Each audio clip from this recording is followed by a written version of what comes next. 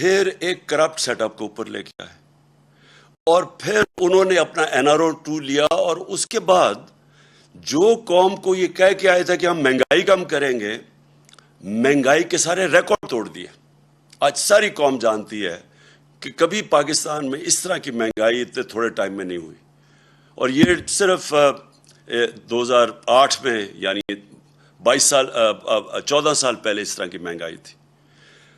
مہنگائی صرف آسمانوں پہ نہیں گئی، جو ہماری معیشت تھی، جو کہ صاف جو economic survey of Pakistan government کی جو سروے ہے، اس میں جو بتایا تھا کہ ساری چیزیں، یعنی انڈیکیٹرز جو تھے معیشت کے، وہ سارے صحیح راستے پہ جا رہے تھے، چاہے ایکسپورٹس ریکارڈ تھی، ٹیکس کلیکشن ریکارڈ تھا، اس کے بعد جو ہماری زراعت تھی ان کی بڑی زبردست 4 فصلوں کی ریکارڈ پروڈکشن 2 سال لگاتار رہی۔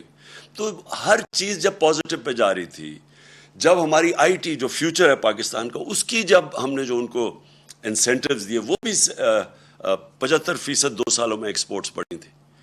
تو جب ایک ملک صحیح راستے پہ جا رہا تھا، انڈسٹری بھی گرو کر رہی تھی، روزگار میں یہ سب سے بر صغیر میں ورلڈ بینک کی سروے سب سے زیادہ روزگار پاکستان دے رہا تھا، اس وقت کے اوپر یہ سازش کی گئی۔ اور پھر جب لوگ پہلے ہی تنگ تھے، پہلے قوم کی خودداری جاگ گئی، قوم نے جب دیکھا تو یہ کوئی بھی نہیں سمجھ رہا تھا کہ اس طرح پبلک سڑکوں کے اوپر نکلے گی۔ میں سچ بتاؤں، میں بھی نہیں سمجھ رہا تھا اس تعداد میں پبلک نکلے گی۔ عموماً تو لوگ جب حکومت جاتے ہیں خوشیاں مٹھائیاں بانٹتے ہیں، تو پبلک سڑکوں کے اوپر آ گئی۔ یہ کوئی بھی جو سازش کرنے والے تھے ان کے ذہن میں بھی نہیں تھا کہ اس طرح پبلک سڑکوں پہ نکلے گی۔ انہوں نے سمجھا تھوڑی دیر کے بعد یہ پبلک تھک جائے گی، گرمی بہت ہے۔ اس کے باوجود پبلک مسلسل سڑکوں پہ نکلتی رہی، اور جب بھی ہم نے ان کو دعوت دی، پرامن احتجاج کی، ابھی ہفتے کو قوم نے دیکھا کہ کس طرح پبلک آئی پنڈی اور اسلام آباد کی پریڈ گراؤنڈ میں، اور سارے پاکستان میں لوگ نکلے۔ اب جو ہو رہا ہے پاکستان سے، میں اس کی طرف اب آنا چاہتا ہوں کہ بجائے یہ جو جنہوں نے بھی سازش میں ملوث تھے، ان کو یہ سوچنا چاہیے کہ جب عوام ایک طرف کھڑی ہو گئی ہے، ان کو قبول ہی نہیں کر رہی، ان چوروں کو نہیں عوام قبول کر رہی، ان کو چور بھی کہتے ہیں، غدار بھی کہتے ہیں، اور ان غدار ایسے کہ ان کا انٹرسٹ ہی پاکستان میں نہیں ہے، ان کے پیسے باہر پڑے ہوئے ہیں، ان کا اصل انٹرسٹ ان کے پیسے ہیں، ان کا نظریہ پیسے ہے۔ دیکھیں، جب نظریہ پیسہ ہو تو نظریہ پیسے کے لیے یہ ہر چیز قربان کرنے کے لیے تیار ہے۔ یہ ان کو موقع ملے یہ اسرائیل کو بھی ریکگنائز کریں گے، ان کو موقع ملے یہ کشمیریوں کی قربانی کی قبریں کھود کے، یعنی ان کو قربانیوں کو نظر انداز کر کے ہندوستان سے بھی ٹھیک اپنی دوستی کر لیں گے، کیونکہ ان کے پیسے کو جدھر فائدہ ہو۔ یہ پاکستان میں بیسز بھی دے دیں گے امریکنوں کو، یہ پھر کسی امریکی جنگ میں بھی شامل ہو جائیں گے، یہ روس کا تیل بھی نہیں لیں گے، اس لیے کہ کیونکہ امریکہ نہ ناراض ہو جائے، کیونکہ ان کا پیسہ، ان کو خوف یہ ہے کہ باہر جن بینکوں میں اور جن ملکوں میں پیسہ پڑا ہے، اگر وہ ناراض ہو جائے تو ان کا پیسہ خطرے میں چلا جاتا ہے۔ تو ان کا انٹرسٹ وہ نہیں ہے جو کہ پاکستان کا انٹرسٹ ہے، ان کا نظریہ پاکستان سے کوئی تعلق نہیں ہے، کیونکہ ان کا نظریہ پیسہ ہے۔ اب قوم ان کو مان نہیں رہی، تو اب ہو کیا رہا ہے پاکستان میں؟ کبھی میں نے پاکستان میں اس طرح کی فیشزم نہیں دیکھی جس طرح کا اس وقت خوف پھیلایا جا رہا ہے۔ میں نے ایسی کبھی حالات نہیں دیکھے۔ میں نے سوچا شاید تھوڑی دیر انہوں نے، چلیں شروع میں تھوڑا سا انہوں نے ٹی وی کے اور میڈیا کے اوپر زور لگایا، بلیک آؤٹ کر دیا ہمارا۔ وہ ان کی بدقسمتی کہ سوشل میڈیا اللہ کے فضل سے ایک نئی چیز ہے۔ پرانے زمانے میں تو میڈیا کو بلیک آؤٹ کر دو تو ختم ہو جاتا سناٹا، لیکن سوشل میڈیا، اور پھر میں سلام کرتا ہوں ان چینلز کو جو کھڑی ہو گئی اور انہوں نے دکھانا شروع کیا جس طرح پبلک نکلی۔ تو اب انہوں نے جو خوف اور ہراساں پھیلایا ہوا ہے، اور میں سب سے پہلے شروع کرتا ہوں صحافیوں پہ۔ دیکھیں، مارشل لاء کے دنوں میں ہمیں پتہ ہے پرانے زمانے میں تو صرف ایک ٹی وی چینل ہوتی تھی، پاکستان PTV، تو اس وقت بڑا آسان ہوتا تھا انفارمیشن کو روکنے کے لیے۔ دنیا بدل چکی ہے، یہ چاہیں بھی تو آپ اس کو روک نہیں سکتے انفارمیشن کو۔ یہ سوشل میڈیا کا زمانہ ہے. آپ خبر نہیں روک سکتے. اگر آپ صحافیوں کو ڈرا کے دھمکا کے ایف آئی آرز کر کے یا لفافے دے کے اگر آپ ان کا منہ بند بھی کر لیں گے, سوشل میڈیا کا منہ کیسے بند کریں گے؟ ہر جس کے پاس موبائل فون ہے اس کی آواز ہے. وہ گھر میں بیٹھے ہوئے خواتین بچوں کے پاس آج آواز ہے. یہ ایک ایسا کبھی ماضی میں نہیں ہوا. اس لیے جو یہ کوششیں کی جا رہی ہیں یہ ایک ملک کو انارکی کی طرف لے کے جا رہی ہیں. اور یہ جس طرح کے صحافیوں سے کیا گیا, میں کیونکہ ایاز امیر کو میں تو 30 سال سے جانتا ہوں. ایاز امیر ایک ایسی آواز تھی کہ سارا جو بھی دانشور طبقہ پاکستان کا جو میڈیا میں ہے وہ سارے ایک چیز جانتے ہیں ایاز امیر کی. ایاز امیر کنٹرول نہیں ہو سکتا. وہ اپنی ضمیر کی آواز سنتا ہے. اس کا لفافہ نہیں دے سکتے آپ. وہ ایک ناڈر پڑھا لکھا انسان ہے. میری اس نے بہت تنقید کی ہوئی ہے ماضی میں, کیونکہ زیادہ تر تو مذاق اڑاتے تھے میری پالیٹکس کا, لیکن میں اس کی رسپیکٹ کرتا ہوں. اور جو اسے کیا گیا ایاز امیر سے اس کی اس عمر میں جس طرح کیا گیا, یہ ہم ساری قوم کے لیے یہ ہے شرمناک واقعہ. اور یہ ایک پیغام دیا گیا ہے, یہ باقی صحافیوں کو پیغام دیا گیا ہے. اور پھر جو عمران ریاض خان, دیکھیں جو بھی آپ عمران ریاض خان کے متعلق کہیں, قوم اس کو محب وطن پاکستانی سمجھتی ہے, اس کو غدار نہیں سمجھتی. اس کی یوٹیوب پہ جو فالوئنگ ہے وہ ایسے نہیں ہے. لوگ بیوقوف نہیں ہیں. آج جو چینل جو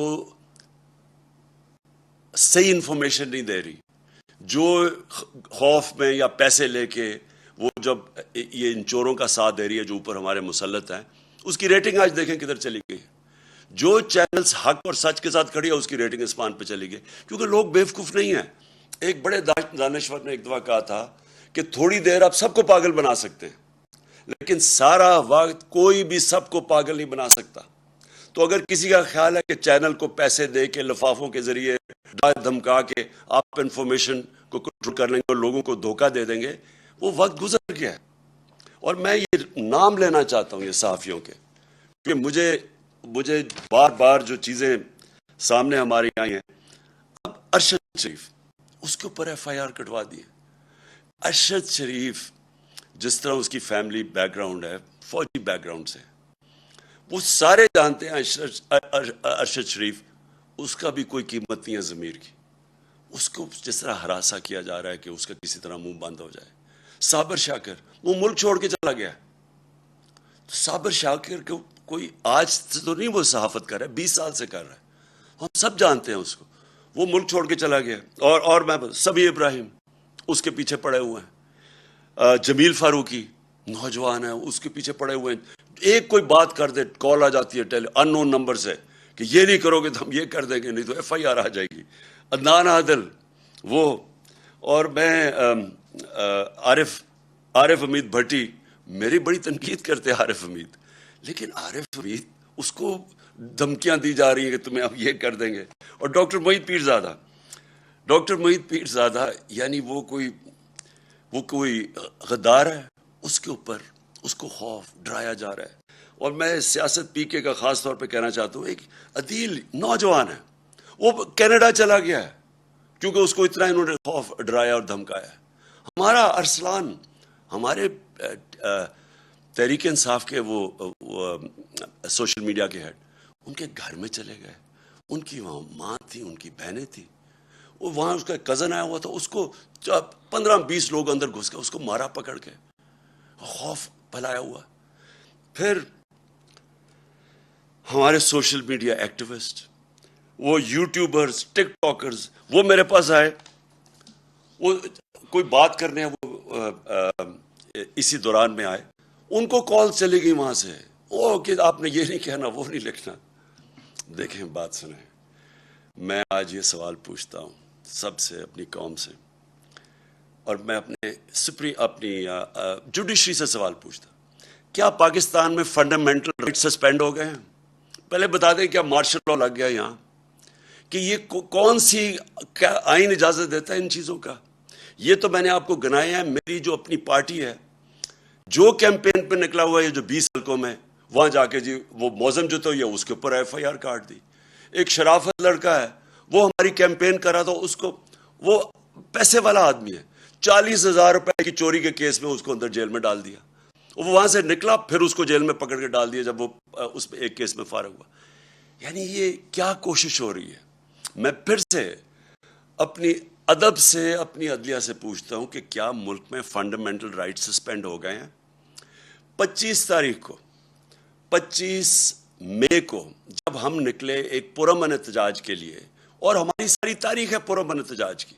ابھی جو سیٹرڈے کو ہم نکلے ہیں, کتنی پبلک نکلی ہے پرامن احتجاج میں. لوگوں کو غصہ بہت ہے, لیکن جب ایک پولیٹیکل پارٹی پرامن احتجاج کرتی ہے تو یہ ایک ملک میں کیوس سے بچتا ہے ملک. 25 کو انہوں نے کیا کیا, جس طرح یہ عورتوں رات کے 2 بجے عورتیں تھیں, کوئی ایک سین میرے ذہن میں رہتا ہے, وہ ایک 10 سال کی بچی اور اس ماں, اور وہ رو رہی ہیں کھڑی ہو کے کہ پولیس وہاں گھس گئی صبح کے 2 بجے ان کے.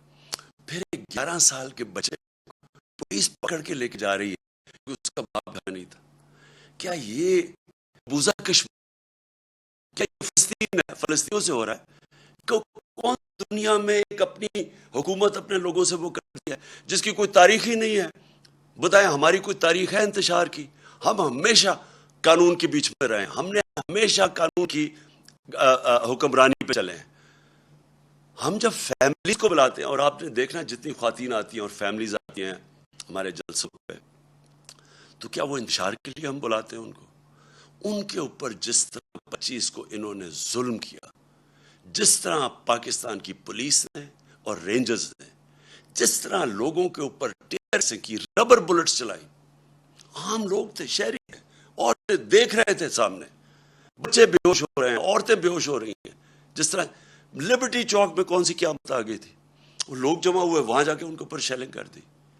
تو ہم نے سپریم کورٹ کو بھی اپروچ کیا, ہمیں تو کوئی رسپانس نہیں ملا. تو میں آج ساری قوم کے سامنے ایک بات کہنا چاہتا ہوں کہ دیکھیں, یہ جو ٹیکٹکس ہے نا, فیشسٹ, خوف پھیلا کے, ڈرا کے لوگوں کو, یہ چوروں کو ہمارے اوپر مسلط کرنے کے لیے, میں پہلے تو ساری قوم کو آج ایک چیز کہہ دوں. دیکھیں, اسلام کی تاریخ میں ایک بہت دردناک واقعہ, سب سے دردناک واقعہ کیا تھا؟ حضرت امام حسین کی شہادت. وہ کیا ہوا تھا؟ کوفہ کے لوگ یزید کے ظلم سے ڈر کے وہ ان کی مدد کرنے نہیں آئے. کوفہ کے لوگوں کو پتا تھا کہ حضرت امام حسین رائے حق پہ ہیں, ان سب کو پتا تھا. خوف کی وجہ سے انہوں نے اتنا بڑا اسلام کی تاریخ میں ثانیہ ہونے دیا, اور وہ ساری زندگی پچھتا ہے. تو میں آج ساری قوم کو کہنا چاہتا ہوں کہ ہر دور کے یزید آتے ہیں, اور یزید لوگوں کو غلام ہی بناتے ہیں خوف کے ذریعے, جو یہ کوششیں ہو رہی ہیں. ایف آئی آرز, میرے اوپر 15 ایف آئی آرز کٹی ہوئی ہیں, ہماری ساری سینئر لیڈرشپ, دہشت گردی کے کیس ہمارے اوپر کیے ہوئے ہیں, اور یہ صرف ایک وجہ سے کہ ہم کہیں ڈر کے تو چپ کر کے بیٹھ جائیں گے. دیکھیں, میں آج اپنی قوم کے سامنے یہ کہنا چاہتا ہوں کہ دیکھیں, میں چپ ہوں. جب سے یہ ہوا سب کچھ, مجھے تو سب پتا ہے کہ کس نے کیا کیا.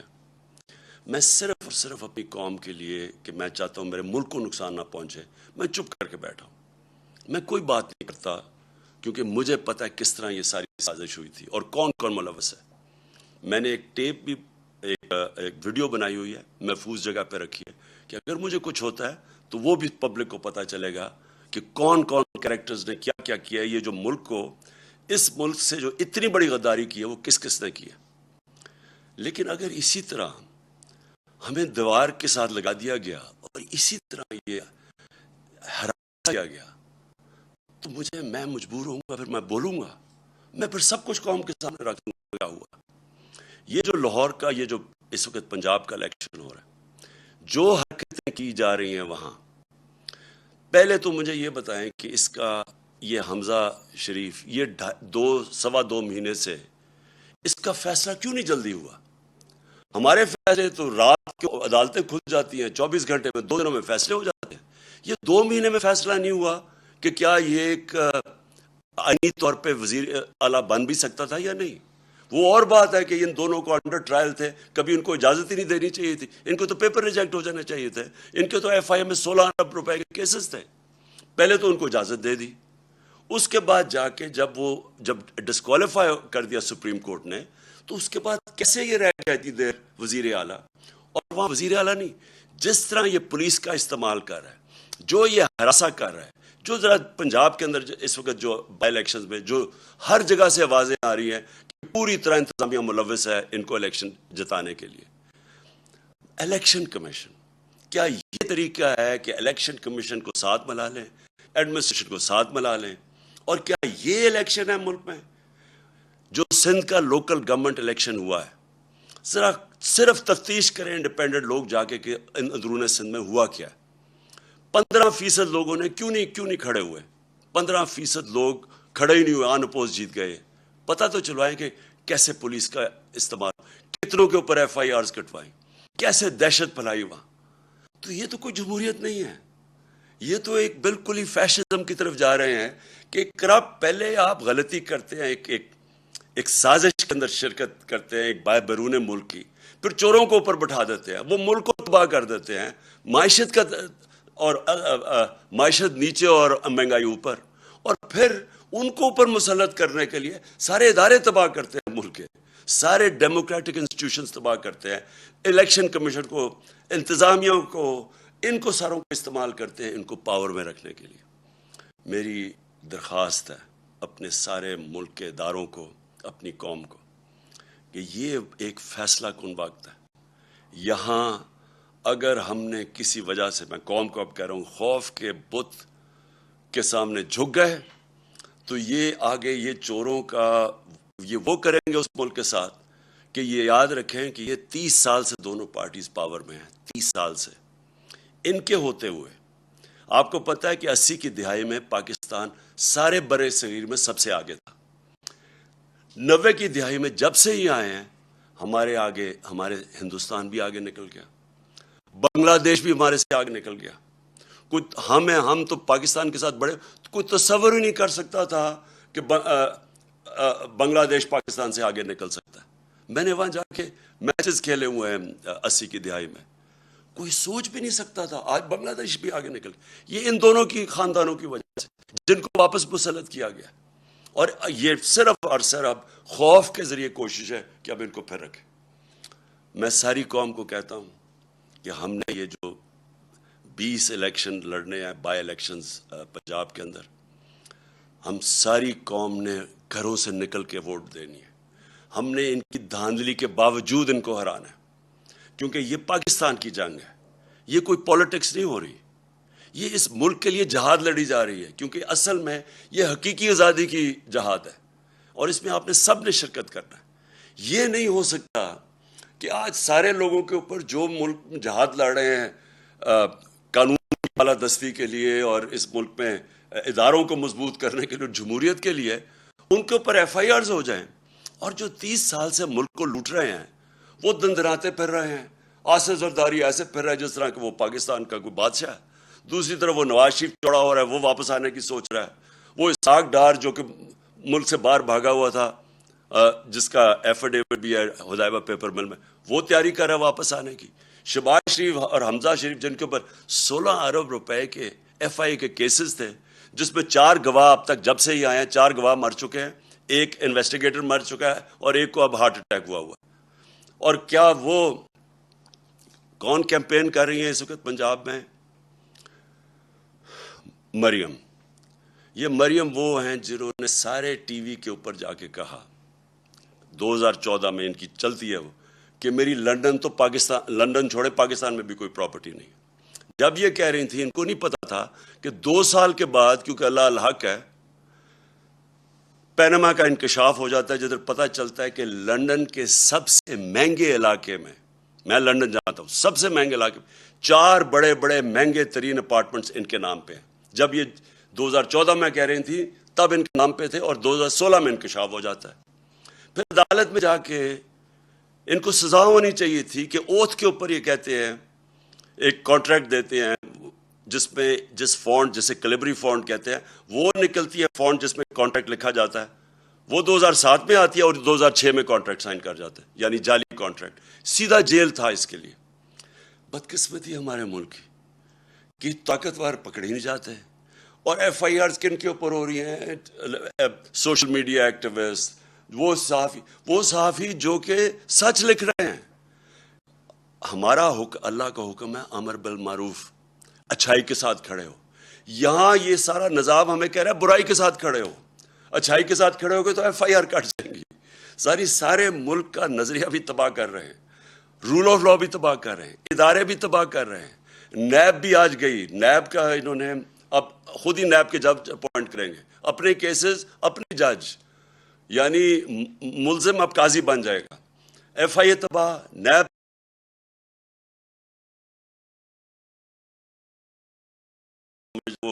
وہ کیا رہ گئی نیشنل اسمبلی کی اہمیت۔ ادھر پنجاب میں عجیب ہی مذاق ہو رہا ہے، وہ غیر آئینی طور پہ وہ وزیر اعلیٰ بنا ہوا ہے، وہ بھی تباہ۔ الیکشن کمیشن کے اوپر کسی کو اعتماد نہیں ہے، چیزیں نکلتی آ رہی ہیں کہ کس طرح، صرف ان کا ایک مقصد ہے کسی طرح اس سیٹ اپ کو اوپر رکھنے کے لیے۔ تو اس لیے میں اپنی آج ساری قوم کو کہتا ہوں کہ ہمیں اب کھڑا ہونا پڑے گا۔ ہمیں یہ ساری جو فیشسٹ ٹیکٹکس، خوف کے ذریعے ہمیں ڈرا دھمکا کے یہ تسلیم کروا رہے ہیں، ہم نے سب نے اس کے خلاف کھڑا ہونا ہے۔ اور سب سے پہلے ہم نے یہ جو 20 بائی الیکشنز ہیں پنجاب میں، انشاءاللہ ان کے اندر ہم نے ان کو دھاندلی کے باوجود شکست دے کے، اور انشاءاللہ اس کے بعد ہمارا جو ایک ہی طریقہ پاکستان کو اس مشکل وقت سے نکالنے کا، وہ ہے صاف اور شفاف الیکشنز۔ پاکستان پائندہ باد۔